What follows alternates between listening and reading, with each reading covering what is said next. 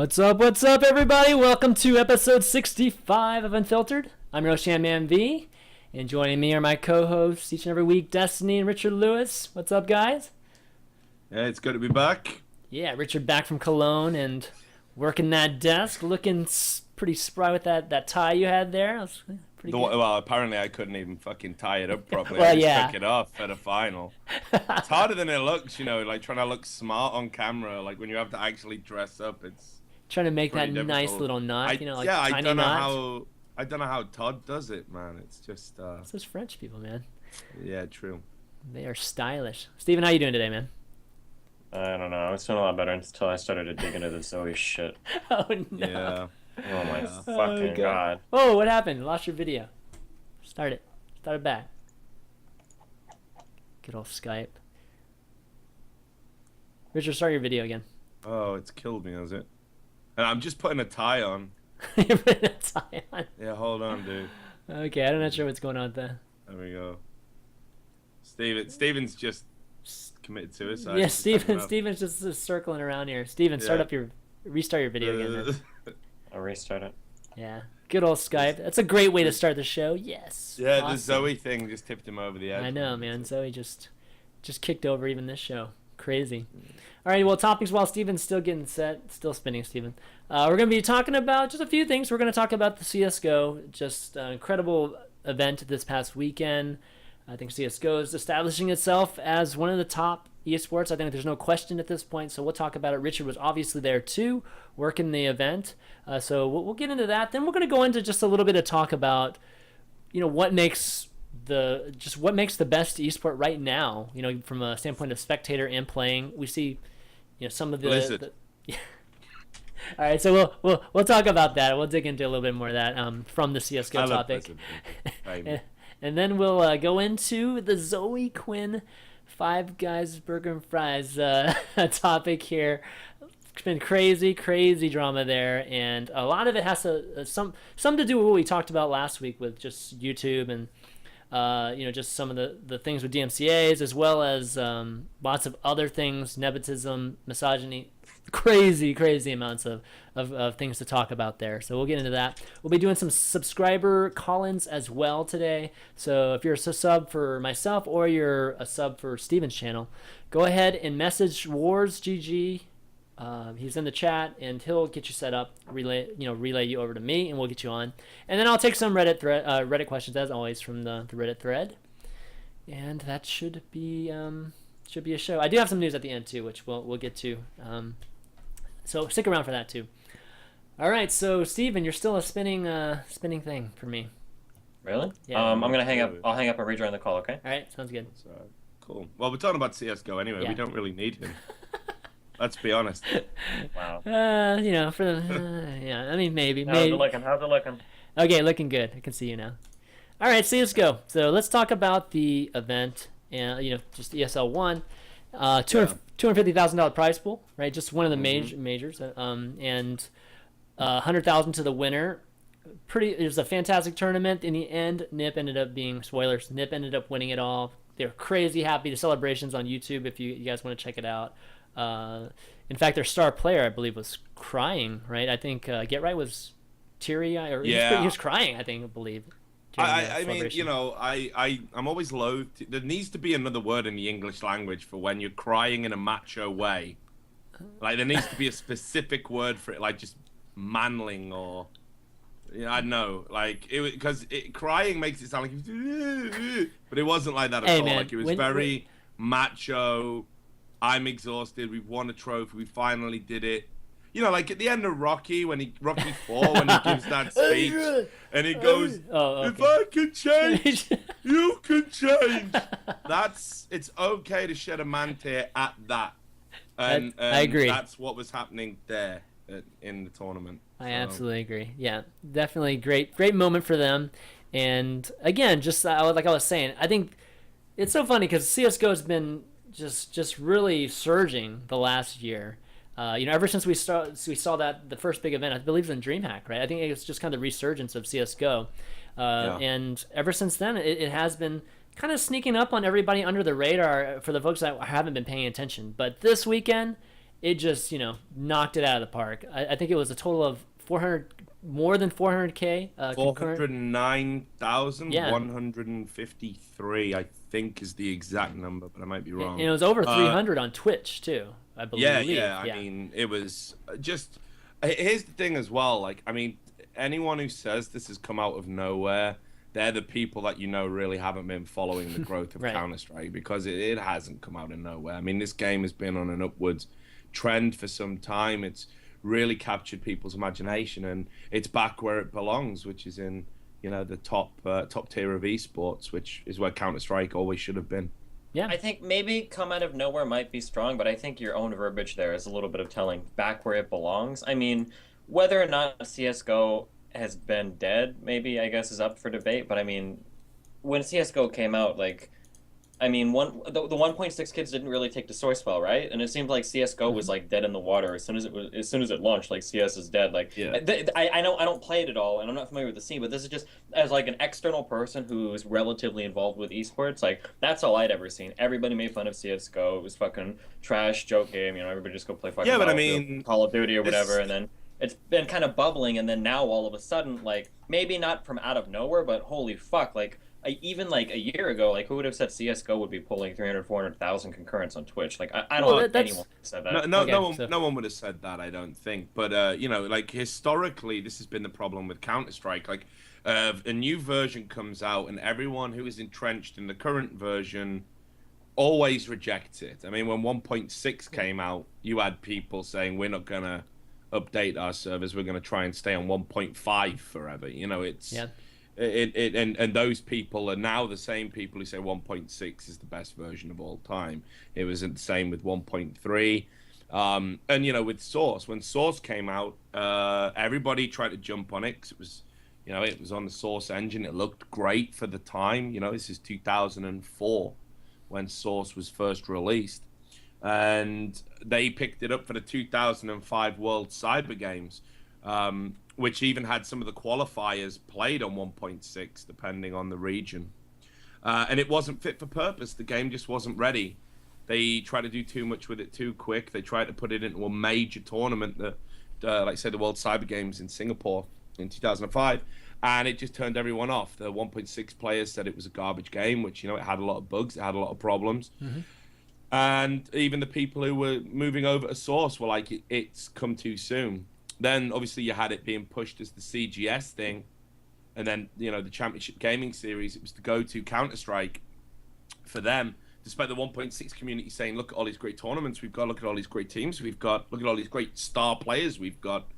Why are you picking Source? And generally, the reason was because it looked better on TV.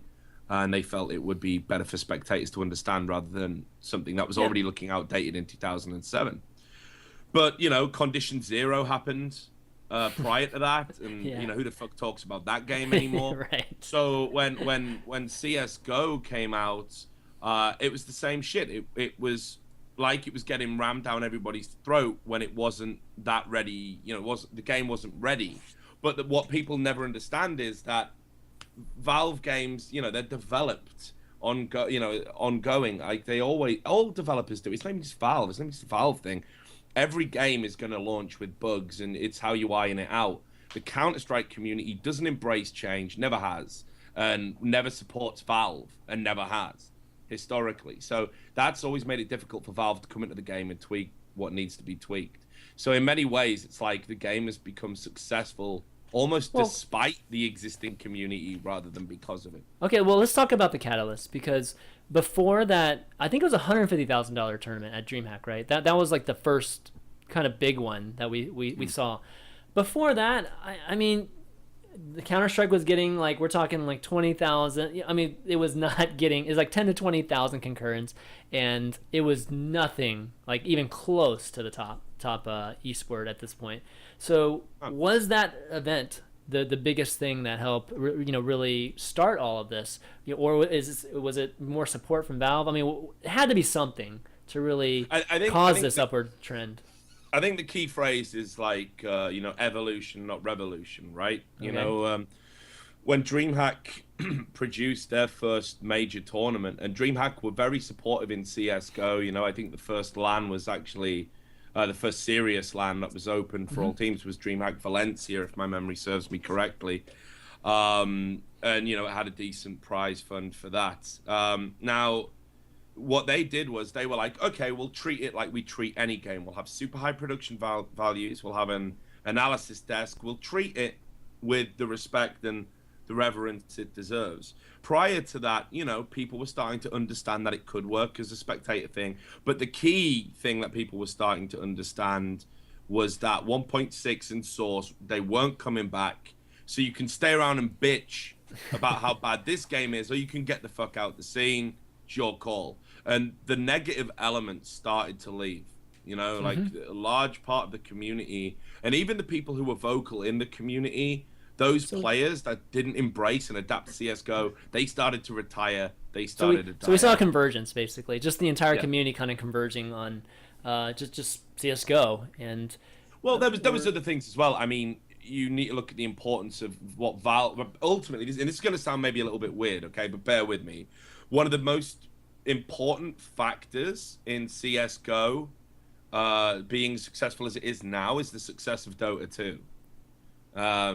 Which, because of Valve, or why? No. Yeah. Because a lot of the ideas that are implemented in Dota 2 were then successfully later implemented into CS:GO. Give us an example. Well, the skins and the drops, skins. the drop system. Okay. You know, I mean, that's probably the most important alteration. People in esports in general, actually, had rejected for years the idea of, you know, having things. Yeah, microtransactions and having things that fundamentally altered your experience to my experience. We believed in parity and equality across the board. Right. Now, what Valve quite cleverly did, and actually, I'm giving Dota 2 all the credit. That's not entirely fair, because Team Fortress 2 did it before either. I was going to say that. So, and I should know that because I was part of that scene in the early days. But you know what Valve did is they tested it out on Team Fortress 2. They transitioned it to Dota. They implemented the drop system. It was hugely popular. That game got mega successful, and then they used that, you know, in CS:GO, and that started attracting casual gamers to back to a game that had traditionally been about the hardcore. They implemented a very successful matchmaking system, which made pugging systems like ESEA or CSS mixes and these, you know, and other systems like that irrelevant. Anybody could pick up and play a competitive game with 9 other players, including inviting friends, and you could be rewarded for doing it. And that change is absolutely vital in, you know, capturing the imagination of the casual player and bringing them a Counter-Strike. I mean, there's so many factors. Like, there's a perfect storm. Like Call of Duty sucking ass, like, and just getting progressively worse as a series has also played a massive part in the success of Counter-Strike. I think one of the things that this all goes back to is that everything that you're talking about kind of relates back to is the fact that, and not to shit on the StarCraft community, but StarCraft people have denied this vehemently since the fucking dawn of time. But one of the most important aspects of whether or not your game is big enough to become an esport ultimately comes down to how many people play your game. I know we all live in this fantasy world where we think that there are a ton of people that watch, you know, like StarCraft 2. Oh, all these people watch and they don't play all. And I mean, yeah, I mean that might be friend for like you and a couple hardcore friends, but by and large that's not true. But when you take a look at like how many people like actually play CS:GO now because of how fun it is, you know, like you can look at the Steam stats. Like the peak amount of players online just today was almost 240,000 players just today on online CS:GO. And what is this? Today's like a Tuesday. Like there are, as you grow the viewer base for your game, even if your game is garbage, you can probably develop some kind of scene around that just because of how many fucking people will watch, because of how many people play, you know? Dota 2 is a huge scene now, and not to say that Dota 2 is a bad game, but I mean, there's also a fuck ton of people who play Dota 2. Almost 1 million people, or 750,000 people logged in today playing Dota 2. Look at League of Legends, you know? League of Legends has a massive fucking player base, and they're able to develop an entire fucking Riot, Kespa-esque, you know, league system around their shit. Like, getting a lot of people playing your game, which is what Valve has done a really good job doing with Counter-Strike, obviously, you know, that they fixed the matchmaking, implementing the drop system and shit that everybody fucking was talking about when that shit came out. People were fucking hyped to fuck on all these. I don't even know what the fuck that shit is. When people talk about like the boxes and like the random gun skins and shit, and then I hear people selling for like hundreds of dollars, like these different skins. Like, holy fuck!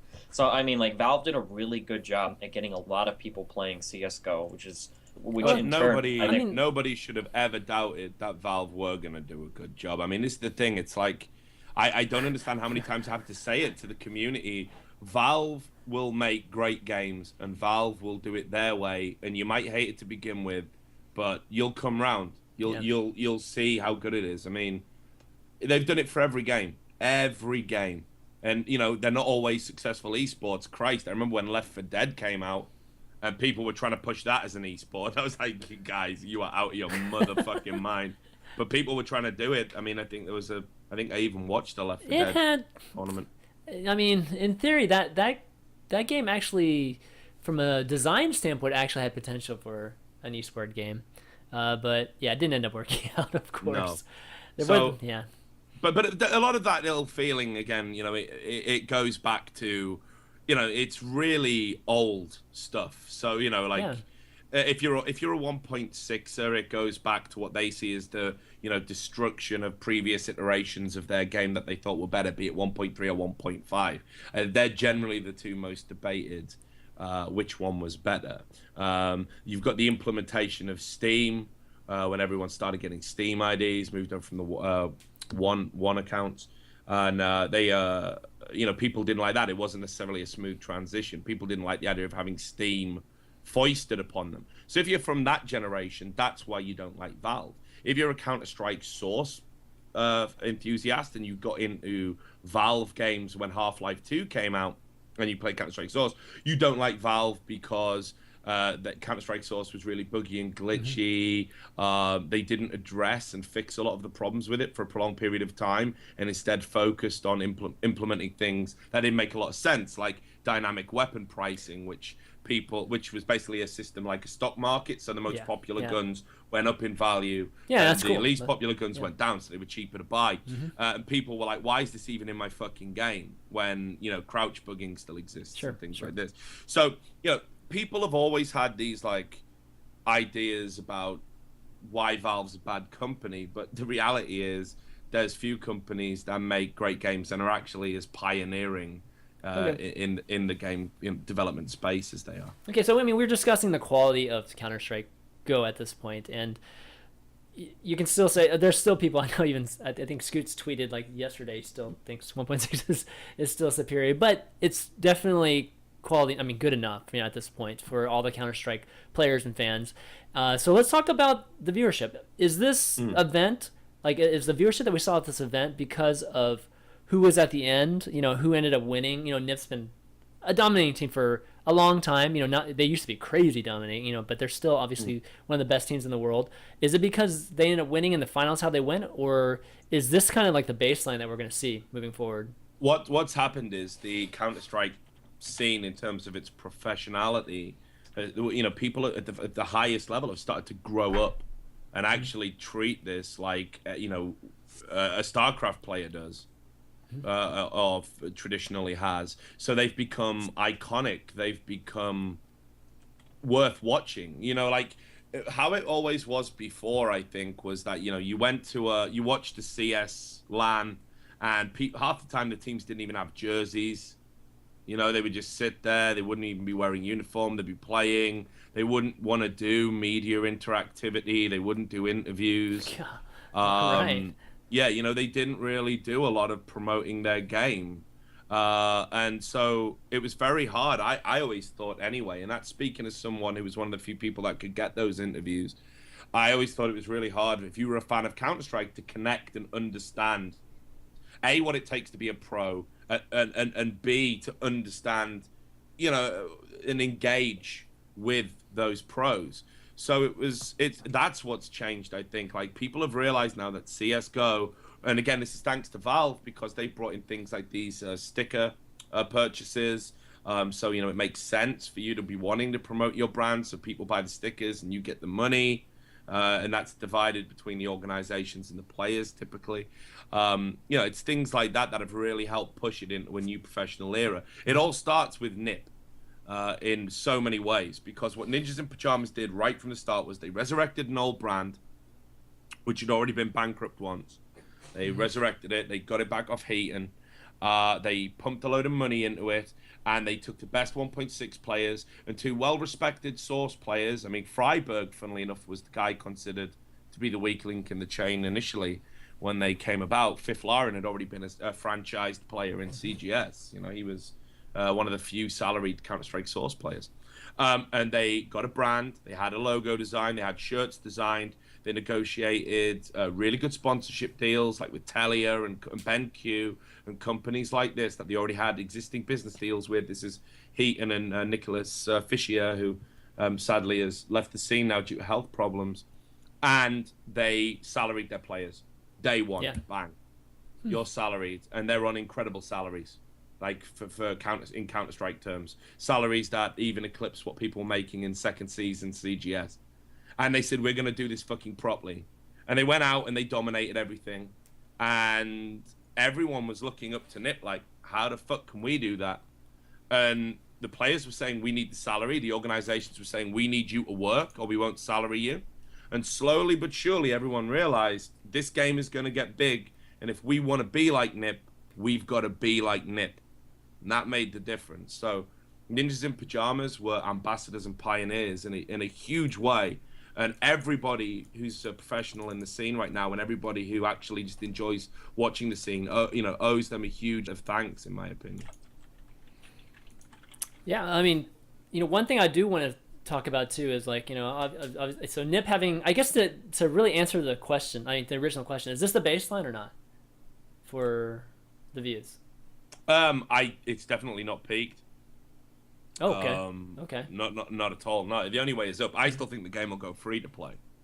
Yeah, see, that's that's kind of what I wanted to lead into, just like talking about Steven's statement about having your game, the viewership based on just the number of users you have, right? The thing about Counter-Strike is that it's not free to play yet, and a lot of the top games like League of Legends and Dota 2 that we've talked about, they are free to play, right? And therefore, you're gonna have more casual users, or you just have a more base. So you talked about the people playing Dota who are logged in being 3 times the number that were logged in for Counter-Strike, but the numbers don't represent that ratio, right? No, I mean, no. so it's actually large. I mean, it's more per actual user, right? For CS:GO. So what is it about CS:GO then that's so popular? Because when I'm watching it, I've played Counter-Strike and just way back when, and even just some even recently, and of course I understand what's going on, but I have to say, like, when you're actually in the ops mode, for a casual to come and watch it's pretty hard to understand, right? So just before I answer that question, Yeah. I just want to address the free-to-play thing, because this always comes up, and I've raised this a number of times in writing, but I don't think I've ever talked on a show, because up until now, no show's talked about Counter-Strike, obviously. Okay, so free-to-play, I am tired of this fallacy that if a game is free, people are more likely to cheat in it than they're not. In Counter-Strike, you've got 2 kinds of cheaters, okay? You've got the griefer, and the griefer doesn't care. He doesn't care. He's not trying to hide the fact he's cheating, okay? What he does is he downloads a public hack, he jumps onto a fucking public server, or he goes into matchmaking with a name like Robocop, and he has binds, and he spams the prime directives, and he runs around aimbotting, spin-botting, speed hacking, and he just pisses you off. And you invariably lose the game, and you get mad, and that makes him happy. That's hacker number 1. Hacker number 2 is the guy who just wants to be somebody. He just wants to be thought of as a good player, whether it's on his local pub server in front of his peers and by using a bot. friends. Okay. Yeah. But he will use hacks that are designed to not be detective. Mm-hmm. He will use private hacks. He will pay for the privilege of using hacks, and these generally evade detection for a very prolonged period of time. These people will have presence, and they will always deny that they are cheating up until the moment they are VAC banned, and then they will even still probably deny it. Now, there's nothing in those psychological equations that relate to money. The griefer, I mean, so CSGO costs, I don't know, $14, right? So if I'm going to grief and I get enjoyment out of that, and my account's going to get banned in what's typically 6 weeks from the time I download the public and detected cheats. Obviously, that's a pleasure worth paying for. It's not going to deter me. I don't care about the game or the community. I don't care. I don't care whether you know I cheat. I'm just going to buy it and fuck up your day. And if I ever want to do that, I'll do it. So and this guy, hacker number 2, the guy who wants to be thought of as somebody, he's disgraced at that point. He probably won't buy another account and probably won't look to come back. Now, I know that when we have these sales and these 50% off sales that coincide with these events, I know that, yes, we get a slight increase in hackers, but that is not necessarily like what I'm saying is we can't judge whether it's an increase in percentage or whether it's just an overall increase of players, and therefore we do see numerically more cheaters. I certainly don't think, and I know there's been studies conducted into this, like when people it's when people care about a game and care about an account and you can personalize an account, that's when the prospect of losing that account through something like cheating or bad behavior, such as toxicity, as it's called by the Riot people, that's when those things start to matter and you iron them out. Those, so yeah, it's free to. Your point is that people think more people playing for free is going to be more cheaters, right? And that can be a bad thing, but what that ends up meaning too is that if it becomes a bigger problem, Valve will probably put even more resources into it and trying to fix it too. And this is the other thing. I mean, at the moment, I think VAC, we can agree, has some things that we don't think are, entirely perfect about it. But who's to say that the money wouldn't get channeled into a better anti-cheat system if we were going to go free to play anyway? You can't go wrong just having more people play that. I think ultimately what we need to accept is that if the game does go free to play, it'll probably be shit in the short term because people will pick it up for free and they'll cheat, maybe because they don't even know the game or understand the game. So in the same way you might cheat in Grand Theft Auto Online or whatever, and you don't care about people do it. Oh yeah, map hacking, StarCraft. Yeah, people do it. I if you don't feel any connection to the game and the community, then you don't care. But I think once we get to a certain point, that if you like, novelty will have wore off, and we won't see the same level of cheats. We're talking about a small percentage of the players, and it only becomes a problem when it starts becoming a norm. When people start relying on some kind of hack that is like accepted, in the community and that sort of bit. But we're talking I'll accept I could be wrong about 1%. that. I know not everyone shares that opinion, but that's always been my opinion. Yeah. And I would like to see it go free to play so I could find out whether I'm wrong or not. Yeah. No, absolutely. Okay, well let's kind of take this discussion into more of a broad discussion with just esports, and you did ask a question. I did. Just before. Oh yeah, so what was? Yeah, I was asking about. I think it was asking just about the whole free to play thing, right? I mean. Well, no, it wasn't. I can't remember what it was now, dude. And it was a good question, and I had something to say, but fuck. I can't even remember too. Let's turn the show off and rewind it. Can we do exactly. that?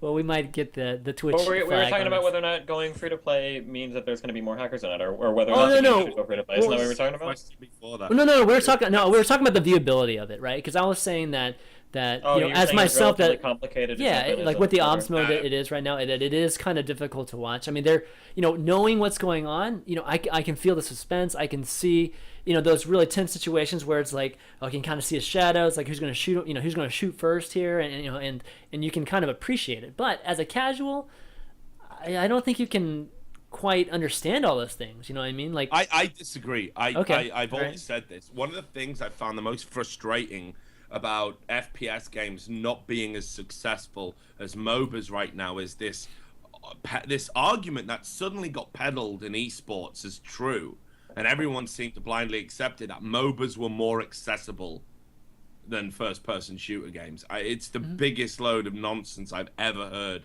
Never agreed with it. Accessible from a spectator standpoint or from a playing standpoint? Well, either is bullshit. frankly. What? Well, think about it. Okay, so we all talk about the depth and the learning curve of Dota 2. So Yeah.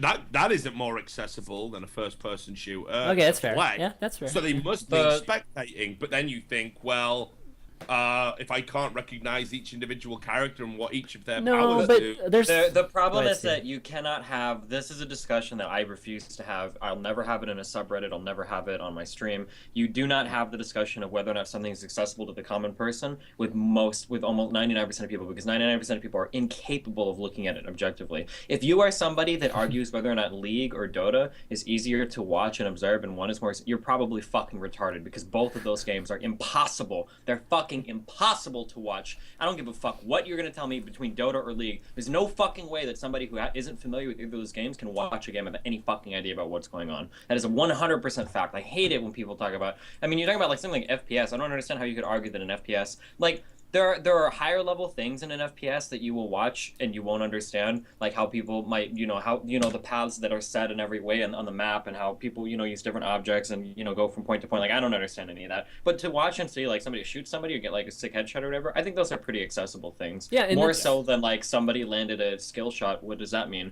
in League of Legends? Like, if you were to poll the average person on whether something is even a skill shot or, like, a targeted shot, like, there's no way to tell the difference. Like, well, there's good and there's arguments on both sides of it, because you're right about the FPS. Whether it doesn't matter. It could be Counter-Strike, which is more realistic, where there's actually no projectile. You just kill the guy unless you're shooting like throwing grenades and that sort of thing.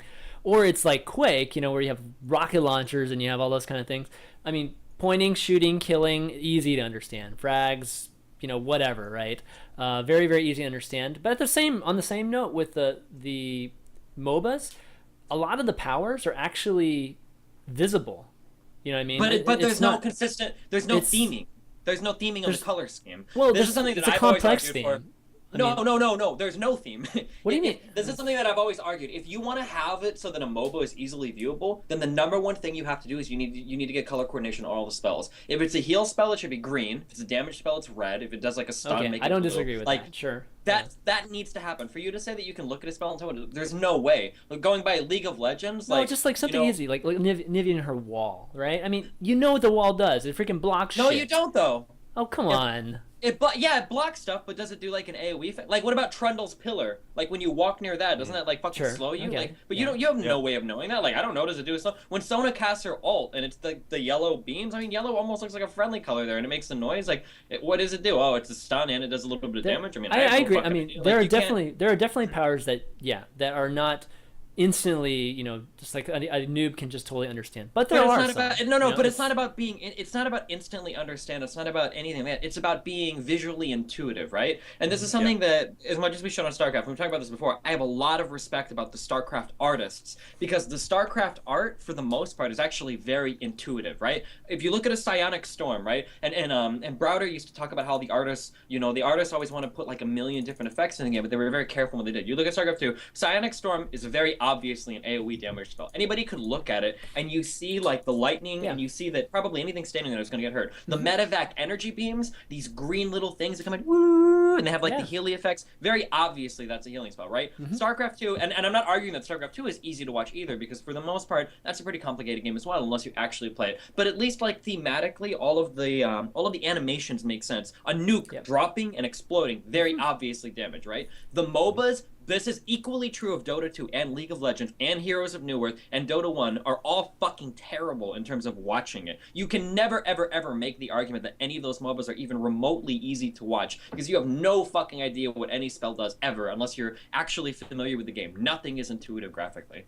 Yeah, no, I totally agree with you, and it's fucked up, man, because I've heard so many people talk about how it's just so easy to just watch these games. Now, what I've always said is FPS games are super easy to watch, in my opinion, and I've always felt that, simply because we all understand that if you get shot and you die, that's a bad thing. Like, just putting that out there, I think we get that. Well, and equally, if you go back to the games you play as a kid, and again, obviously this is the luxury of being a Westerner, because we get to play these games rather than doing it for real. we run around and we bang, bang, bang, you're dead, you know, and we you know, like fall down and, oh, you missed me, whatever the fuck, right? Like, it's a very, you know, almost like a primal thing. Like, Yeah, we totally I know understand it. You can watch it and you get it straight away. And as long as it's broadcast in a certain way, and this brings me back to CGS, who they insisted on showing Counter-Strike third person. Well, I was gonna bring that up. Yeah, later, which is the most retarded decision that's ever been made in esports, I think, because it completely removes any notion of skill. Their two cameras were bird's eye or third person, and it was just like, well, this for someone who understands it, this sucks, but for someone who doesn't understand it, this also sucks. Well, they went completely with the third person view, or was it just some? Yeah. They had no in-eye. No point of view. Wow. On the live TV broadcast. Oh wow. Okay, that's pretty bad. And I mean, it doesn't make sense for a lot of reasons because, you know, there's no projectile in Counter-Strike. You know, when it comes to shooting your guns, right? I mean, you don't even see the shots. You don't see the bullets, right? So, third person's is even worse from that standpoint. But I do think there is some value in showing a third person. Because the map, you know, the little dots just moving around, that doesn't show you jack shit, you know. And then when you have to put it like right in the middle of the screen, you know, whenever they show it, like from time to time, you know, it's kind of distracting. But you know, for those of you playing the game, you know, we understand it. You know, we kind of grab it, but generally speaking, from a viewing standpoint, it's pretty tough.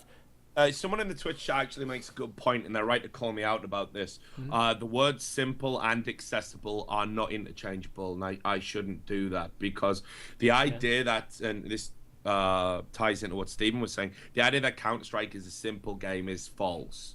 It's like, you know, it's not... Yeah, it's accessible, but it's very high-end. There is a meta game, and nobody used the word meta game to describe FPS games for so long. It was the preserve of RTS, and it was the preserve of MOBA, and it's only now that people are starting to realize the depth and high-end complexity within Counter-Strike that people are starting to use terms like metagame. So I like to throw over, I think if you want to replace words, I think you can replace accessible with intuitive. That's what I would always hope. I think that's good. You think of games like think of like Quake, think of every weapon in Quake, everything is very intuitive. You got the little laser beam, very obviously does damage while it's on you. You've got the you got the grenades, they're very obvious grenades. They make the little noise, they hit the noise, they explode. You've got rockets, they make the sound, they explode. You've got what about the railgun? You shoot it, there's that little green trail. You can tell it's a sniper, right? Everything's very intuitive. Think of the Halo 1 weapons, right? And the Halo 1 weapons, everything is super intuitive. You've got, you know, the rocket launcher, even the needler, which isn't really simple. Very obvious is what it does. The needles fly out, you see them stick, and then it explodes afterwards, and then the needles are gone. It's a very intuitive thing. Like, oh, I can see, you know, when he sticks them with a lot of needles, they explode. I think intuitive can be flipped. Intuitive isn't always simple, and just because something is very intuitive doesn't mean the game itself is simple, but I think intuitive and accessible are two words that you can kind of interchange with one another. Yeah, absolutely. So kind of extending this talk into just comparing it, you know, we always get into comparing these things, but I'm going to bring it up again and really point out the fact that we're talking about three of the top esports now as being team sports.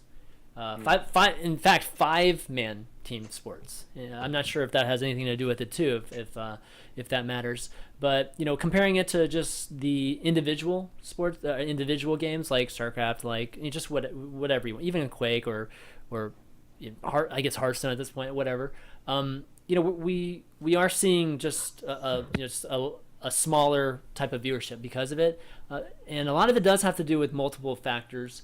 But how much of it has to do with just the team aspect? Is that a big factor? I think it's absolutely impossible to say, because the sample size of what is a huge esport compared to the number of games out there is very, very, very fucking small. It's very possible that if Riot or Valve were behind, you know, StarCraft, that it's possible that could have played out way differently.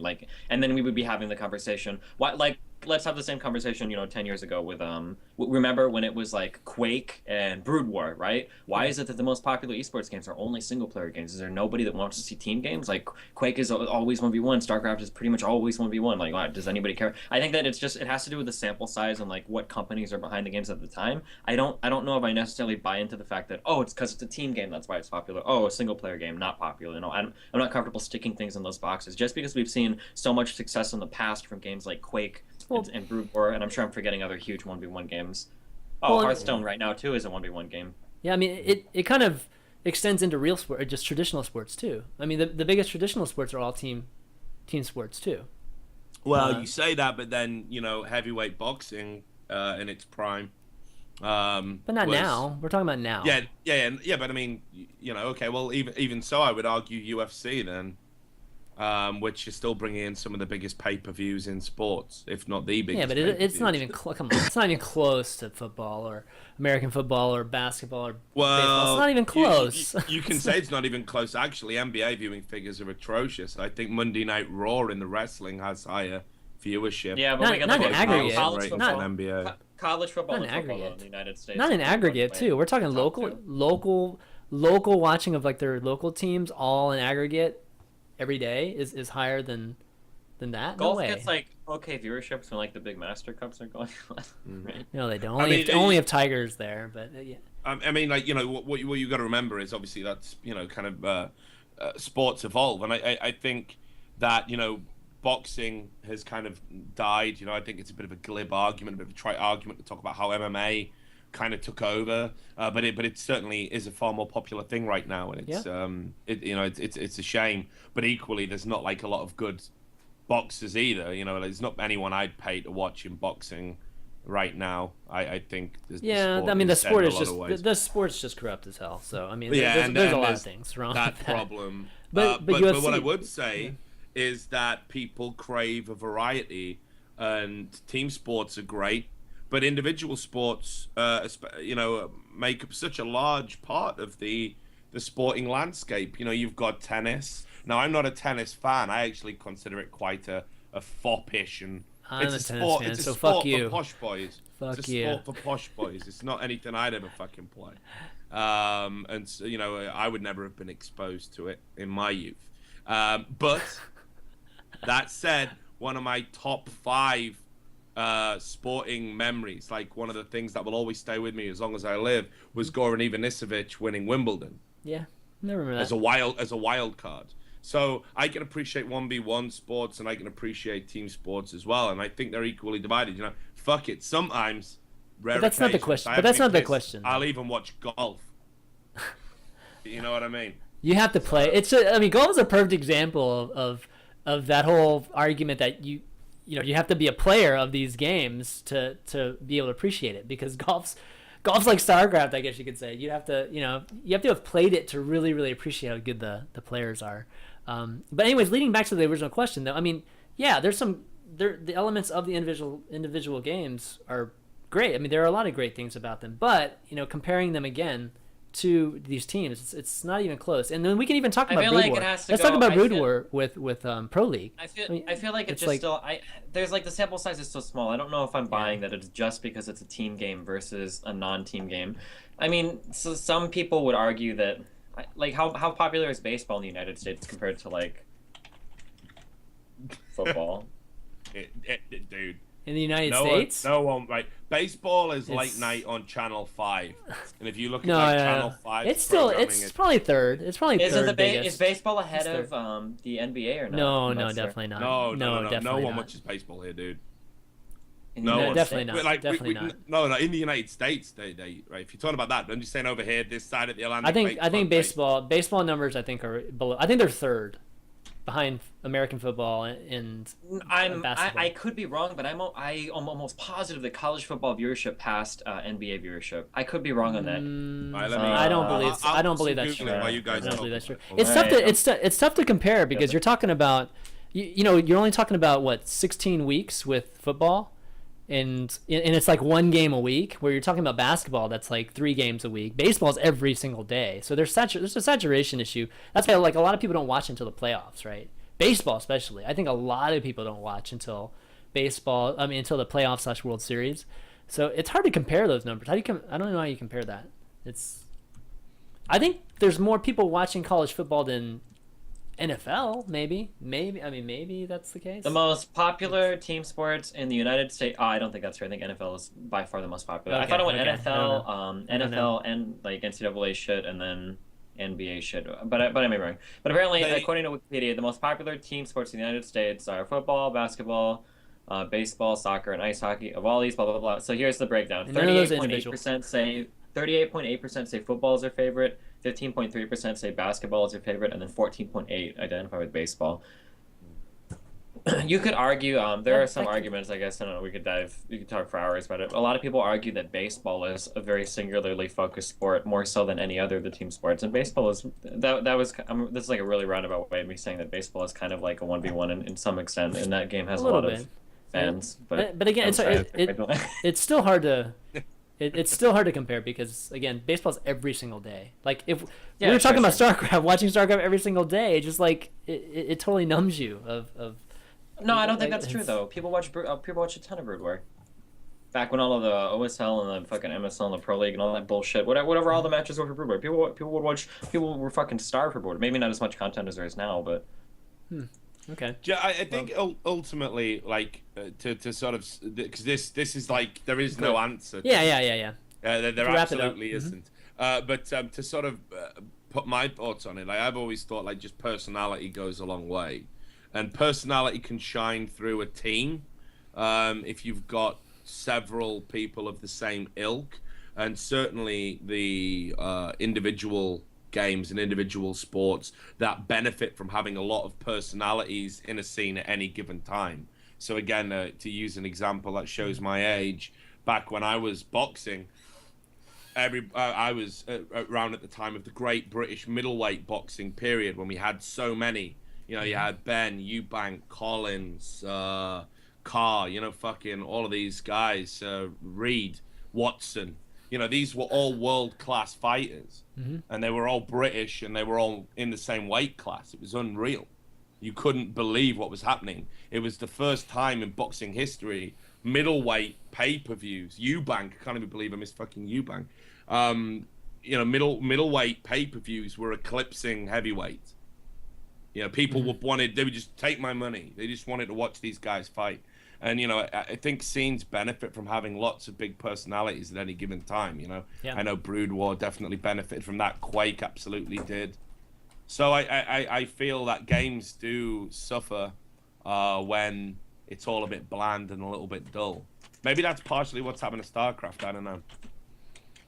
I think that's a whole other debate. Yeah, I think it is a whole other debate. But any last thoughts? I guess wrap this up, and then we'll move on to our Zoe Quinn discussion. Steven, any last thoughts? Go esports. All right, cool. I hope that Blizzard can do some fucking shit for Legacy of the fucking Void. That game is gonna be. That's like the most important game in StarCraft history coming out. It's our last time to pick up a lot of fucking people. It's the last time for Blizzard to give a fuck. That's all I got. Yeah, Kalzagi. I should mention Kalzagi sees Welsh as well.